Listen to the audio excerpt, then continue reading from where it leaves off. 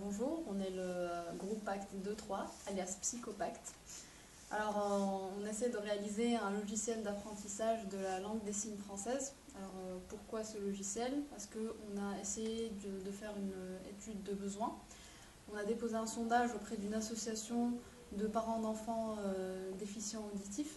On a constaté que les parents se plaignent effectivement d'un manque d'outils et notamment de logiciels pour apprendre la langue des signes pour des enfants, qu'ils soient entendants ou malentendants.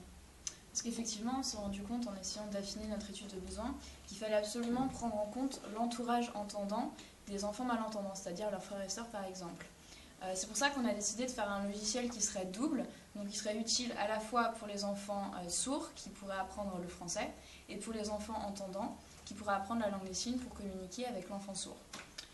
On est cependant tout à fait conscient que notre logiciel servira soit comme un logiciel de découverte, soit comme un complément à un autre cours plus fondamental de langue des signes. Donc on vous propose maintenant de découvrir comment on a créé ce logiciel et vous faire une petite démonstration.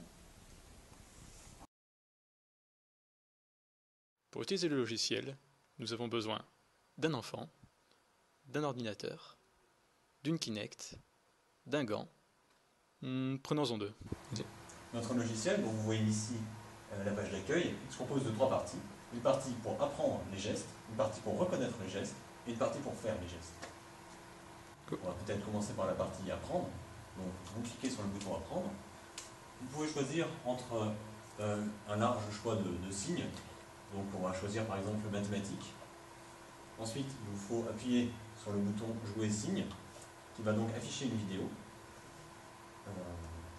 Une fois celle-là terminée, ou même avant, vous pouvez ou revenir à la liste de gestes, ou bien revenir au menu principal.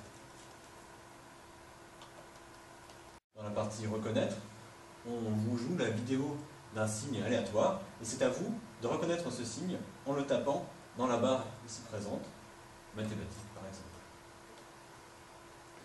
Donc ceci est la partie la plus importante du projet. Donc ainsi, on va cliquer sur faire. Une fois arrivé. Le principe étant, donc on va générer un geste aléatoire en cliquant sur démarrer. Voilà. Ensuite, il faut cliquer sur commencer le geste.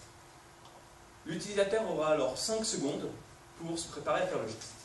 Après 5 secondes, il sera filmé pendant 5 secondes et il devra faire le geste. Après un petit temps de traitement, le logiciel dira si effectivement il a fait le bon geste ou pas. Ici, il a fait le bon geste.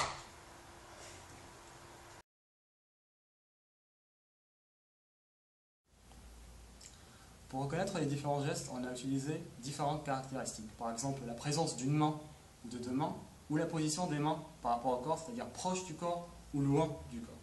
Et récemment, on a pris en compte le coefficient angulaire de la trajectoire décrit par la main au cours du geste, et pour cela, on a implémenté la méthode des moindres carrés.